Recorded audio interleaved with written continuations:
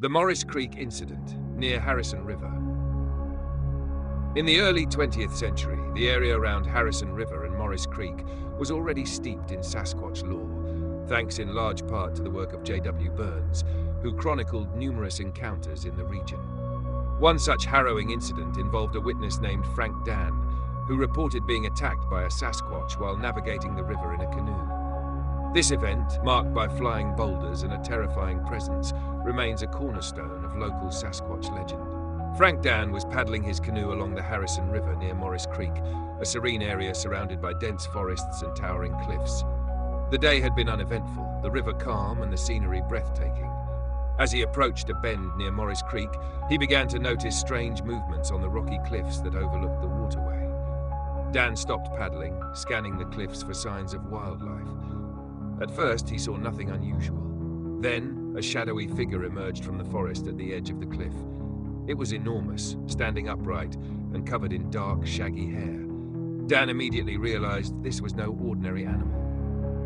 Without warning, the creature began hurling large rocks and boulders toward the river. The rocks crashed into the water dangerously close to Dan's canoe, sending waves rippling across the otherwise calm surface. One of the boulders splashed so close that it nearly capsized his canoe. Panicked, Dan paddled furiously to avoid the barrage. The creature continued its assault, letting out guttural cries that echoed across the river. The strength required to throw such massive rocks was beyond anything Dan thought possible, reinforcing the terrifying reality of what he was witnessing. Dan managed to paddle out of range of the attack and safely downriver. When he looked back, the creature was still visible, standing defiantly at the edge of the cliff, watching him retreat. Its imposing figure remained etched in his memory.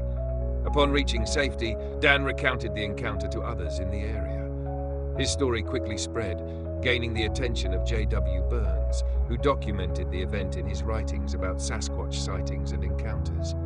Burns highlighted this incident as further evidence of the creature's presence in the Harrison River region and its territorial nature. The Morris Creek Incident, as documented by J.W. Burns, became one of the more dramatic Sasquatch tales in British Columbia.